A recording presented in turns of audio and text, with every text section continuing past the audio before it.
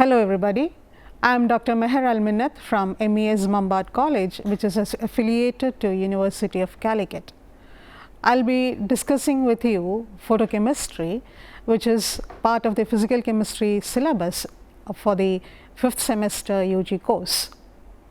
Now most of you will be familiar with the term photochemistry, and you will be knowing that it deals with the interaction of matter with light, or it is something which is related to the chemical reaction happening in the presence of light.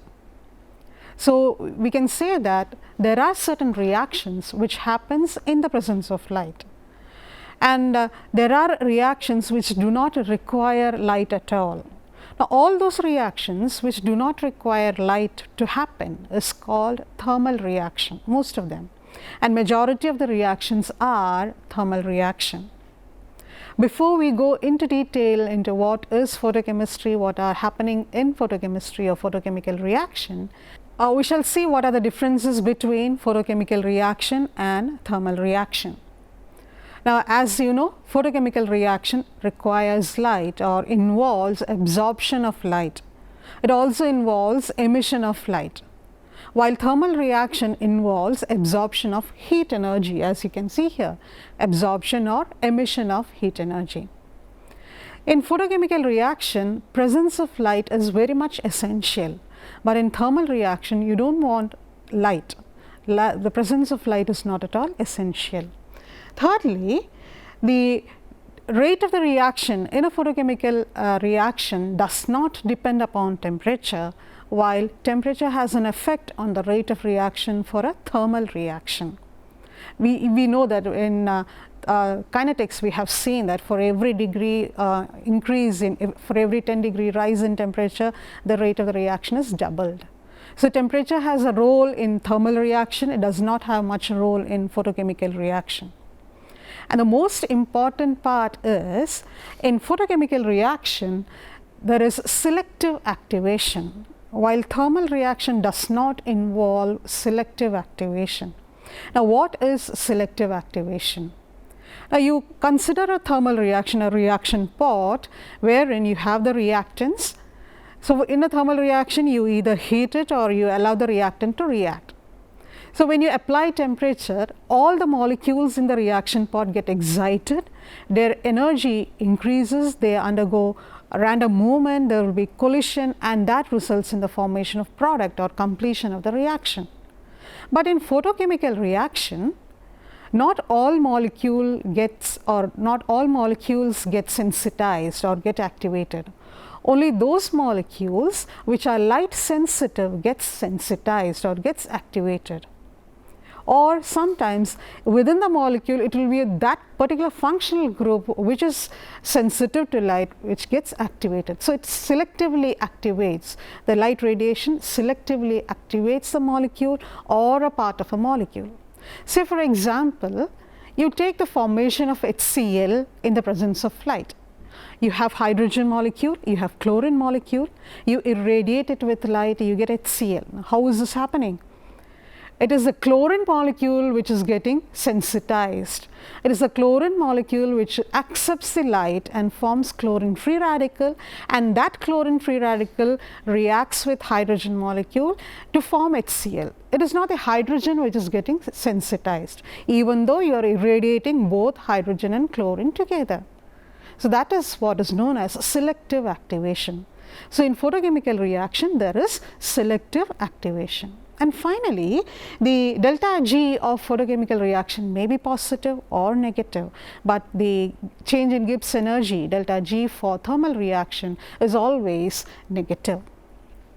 Alright, now when we go into detail into what is photochemical reaction, we need to know certain laws of photochemistry.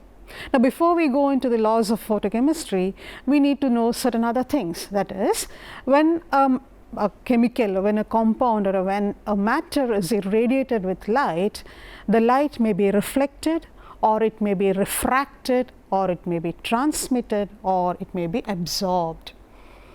Now it is this absorption phenomena that we are interested in discussing about photochemical reactions. So, when light is absorbed by the molecule gets excited and it goes to excited state or higher energy state. So, if A is the molecule which is being irradiated with light, it is transformed to A star and it goes to excited state. So, when we put it as A star, then we say it is in the molecule is in the excited state. So, this particular part is what we are going to study in detail. That is, what is happening within the molecule when the molecule is irradiated with light, when the molecule absorbs the irradiated light. All right. So, to know in detail about what is happening, we need to know certain laws of photochemistry, that is photophysical laws, or it is called laws of light absorption. Now, there are basically 3 laws of light absorption. First one is Lambert's law, then Beer's law, and then Beer-Lambert law.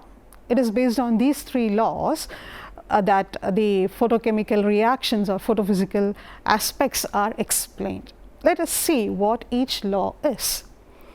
Now, in Lambert's law, the law states that, or you can say that the law relates the intensity of the radiation or absorption or the rate of absorption to the intensity of the incident ray.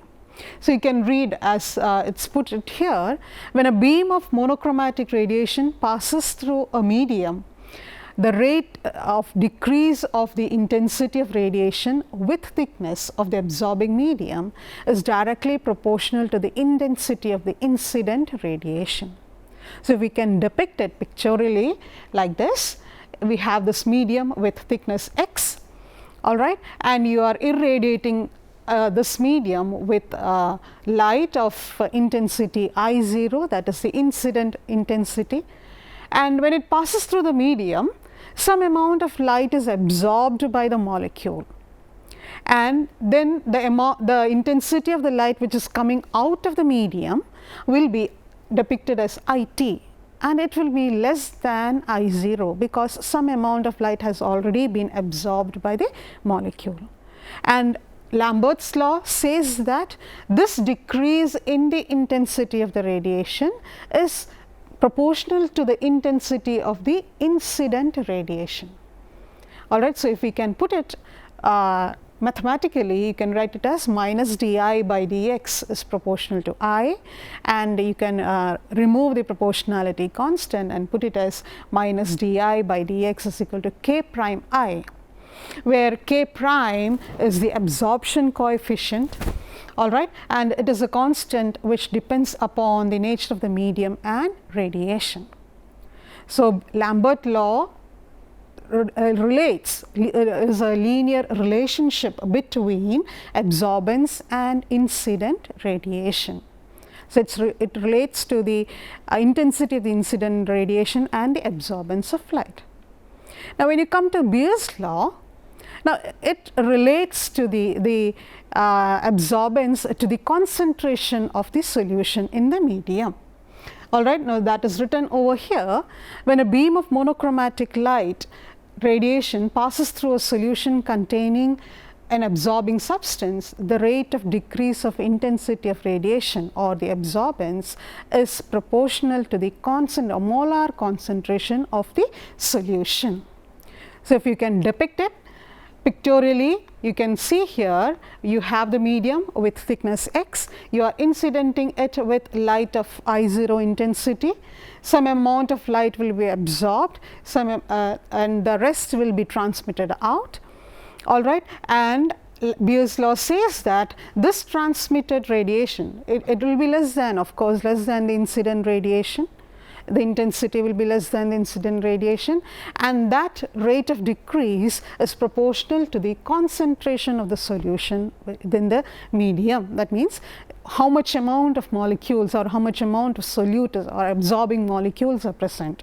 It depends upon that. All right. So, you can put it like this: minus di by dx is proportional to C, where C is the concentration of the solution. And if you remove the proportionality constant, you get minus di by dt is equal to k double prime C. K double prime again is the absorption coefficient, which is depends upon the nature of the medium and the radiation. And so you can put Beer's law, which relates to the absorption and concentration of the solution, a linear relation between absorption and concentration of the solution.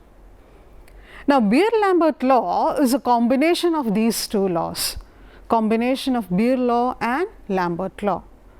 So, Beer law relates absorbance to concentration, Lambert law relates absorbance to intensity of incident radiation, and Beer-Lambert law relates absorbance to both intensity of incident radiation and concentration. That is what has been stated as when a beam of monochromatic radiation passes through a solution containing an absorbing substance, the decrease in intensity of the radiation with thickness is proportional to the concentration of the solution and the intensity of the incident light or incident radiation. So, you can put it as this incident radiation, the same thing the way we had explained Lambert law and Beer law. Some amount of light will be absorbed and the rest will be transmitted out, and the transmitted light or the intensity of the decrease in the intensity is proportional to both intensity of the incident radiation and the concentration of the solution. That is, minus di by dx is proportional to IC. I is the intensity of the incident light and C is the concentration of the medium. And if you change the proportionality, remove the proportionality constant, proportionality sign, you get minus di by dx is equal to ki by C, where k is the absorption coefficient, which is a constant depending upon the nature of the medium and radiation. So, it is based on this Beer-Lambert law then that certain phenomena in photochemical reactions are explained. All right. Now, we shall see how this Beer-Lambert law, how do we derive derive or arrive at an expression which relates absorbance and intensity of light using Beer-Lambert law. Now, we take this equation minus di by dx is equal to KIC, all right, and you rearrange this equation, bring the I terms together, then you get minus di by I is equal to minus Kc dx, take dx to the other side. All right, integrate it to the limits I0 and I, it must be Ix over here. All right. So, I0 is the intensity of the incident radiation, Ix is the absorbed intensity, how much of light has been absorbed. Okay. So, integral di by I is equal to minus Kc integral 0 to x, that is the limit of the thickness of the medium. All right. When you integrate it, you get ln Ix by I0 equal to minus Kcx, all right, and taking log of it, log Ix by I0 equal to minus K by 2.303 Cx, and take inverse of it to remove the negative sign. Okay, on right hand side, you can take the reverse or reciprocal of Ix by I0, you put it as I0 by Ix, then you can remove the negative sign over here, and then this K and 2.303, they are constants. So, these two constants can be put together as epsilon. So, you get a new term here, epsilon log I0 by Ix is equal to epsilon Cx. Now, epsilon is called the molar absorption coefficient or molar extinction coefficient. Now, you can put log I0 by Ix as A, that is absorbance. A is the absorbance or optical density of the solution. That is, A is nothing but log I0 by Ix, ratio of incident intensity of the incident radiation to the intensity of the absorbed radiation. All right. So, that is absorbance, and T, that is the reciprocal of this ratio, reciprocal of I0 by Ix, or the reverse, Ix by I0 is T or transmittance. Okay, that is what is the amount of the amount of light which has been transmitted out after absorption. All right. So, you can put A relate A and absorbance and transmittance as absorbance is equal to minus log T, minus log transmittance. So, this is the Beer-Lambert expression, the mathematical expression using Beer-Lambert law, which relates absorbance and transmittance, which relates absorbance and molar absorption coefficient. Using this equation, these two equations, we can solve some sort of problems. We can determine the concentration of the solution when we know absorbance value, or we know how much of light has been transmitted, etc., which will be dealt in detail when you solve certain problems. Now, you use this particular equation and this particular law in laboratory also when we carry out calorimetric experiments to determine the concentration of unknown solutions. All right. Now, we need to define what is epsilon. Now, we have the equation absorbance is equal to epsilon Cx. Now, if we consider or if you can put A as log I0 by Ix, then you can rearrange this equation, take epsilon to the left hand side, and you get this expression. Log I0 by Ix is nothing but the expression for A, the absorbance. All right. And when we assume Ix is equal to 1/10 of IO, that is 1/10 of the intensity of the incident radiation, and when we take the concentration as 1 molar, 1 moles per liter, then epsilon will be equal to the reciprocal of the thickness of the medium. The molar absorption coefficient will be reciprocal of the thickness of the medium. Epsilon is equal to 1 by x. All right. So, epsilon is the reciprocal of the thickness of 1 molar solution, which reduces the intensity of the radiation to 1/10 of the incident radiation. So, intensity of the radiation is reduced to 1/10 of the incident radiation if we pass a monochromatic light through 1 molar concentration solution. Then that absorbance is equal to the reciprocal of the thickness is equal to the epsilon, or molar extinction coefficient. Now, this epsilon is a characteristic feature of every solute. Each solute has got its own specific epsilon, or molar extinction coefficient value.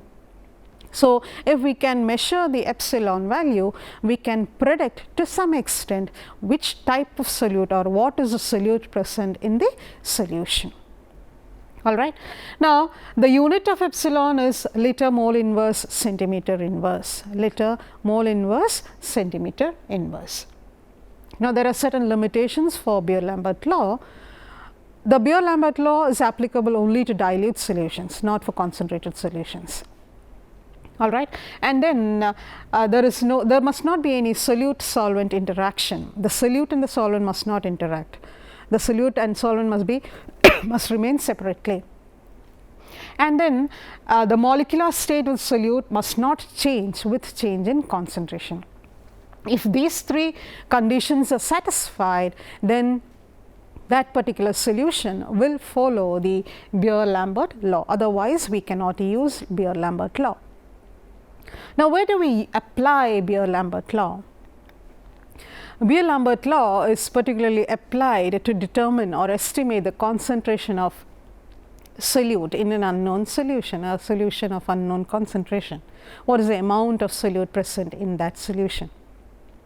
Now, for that, what we do is we prepare solutions, different solutions of known concentrations of the same solute. Say, for example, you have been given a solute A, and you have been given a solution of A with unknown concentration. You need to determine the concentration of that solute, that solution. So, what you do, you prepare different solutions of this solute of known concentrations, say 0.1 molar, 0.2 molar, 0.3 molar, 0.5 molar, etc. And then measure its absorbance using colorimeter or spectrophotometer. Either of these two instruments are used to measure the absorbance or the transmittance. Either of them you can measure. And then you plot a graph wherein on the y axis you take the absorbance value and on the x axis you take the concentration, the known concentrations. All right. And then when you plot the graph, you get a straight line which passes through the origin. Now, next what you have to do is you are taking the solution whose concentration is not known, you determine its absorbance value and then mark that absorbance value in the y axis, extrapolate it to the plot and then extrapolate it down to the x axis, you get the concentration of the solute. So, this is how we use Beer-Lambert law to estimate or to determine the concentration of an unknown solution. So, we have seen what are the photophysical laws, that is Beer-Lambert law, Beer's law and Lambert's law, what are the limitations of Beer-Lambert law and the application of Beer-Lambert law. So, it is based on this that we will be moving on to know what are the applications or of Beer-Lambert law, or what are the happenings within the reaction mixture which happens when you irradiate matter with light. So, this Beer-Lambert law is related to the absorbance, the intensity of the light radiation which has been absorbed for a particular reaction to happen. So, hope it is clear to you. With this base, we shall move on to the rest of photochemical reactions. Thank you.